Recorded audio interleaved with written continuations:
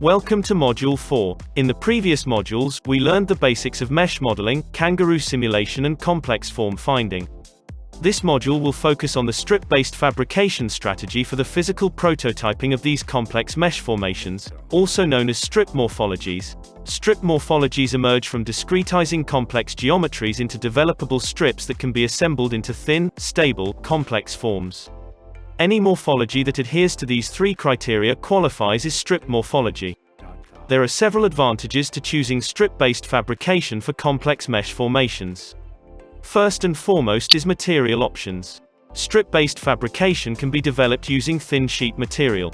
These could be metal sheets like aluminium or stainless steel, plastic sheets like polycarbonate, PVC, PET, P or polypropylene sheets.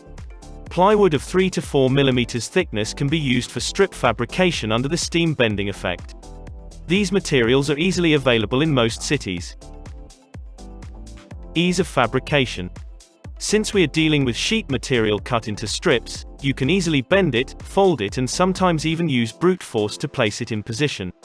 Any free-form design can be assembled using this strategy. Lightweight. Strip morphologies are lighter compared to conventional structures. Flat pack and ease of shipping.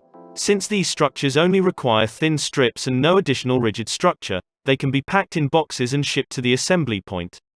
This is how we are able to ship the prototyping kit to you to assemble wherever you like. In this module, we will be learning the double-layered strip fabrication strategy, which we call the warp-weft weave.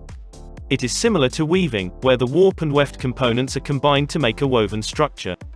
Warp and weft denote the direction of threads, or in our case, strips.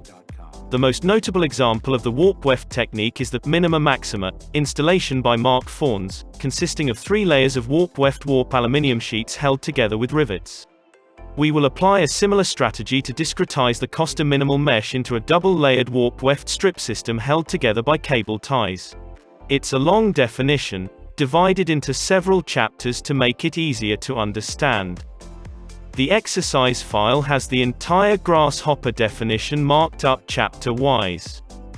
The final output from this definition is the fabrication file, which consists of all the curves for CNC laser cutting and a 3D model for reference during the assembly process. Apart from the digital files, you get a physical prototyping kit which consists of 1 mm PVC strips laser cut as per fabrication file and a pack of cable ties.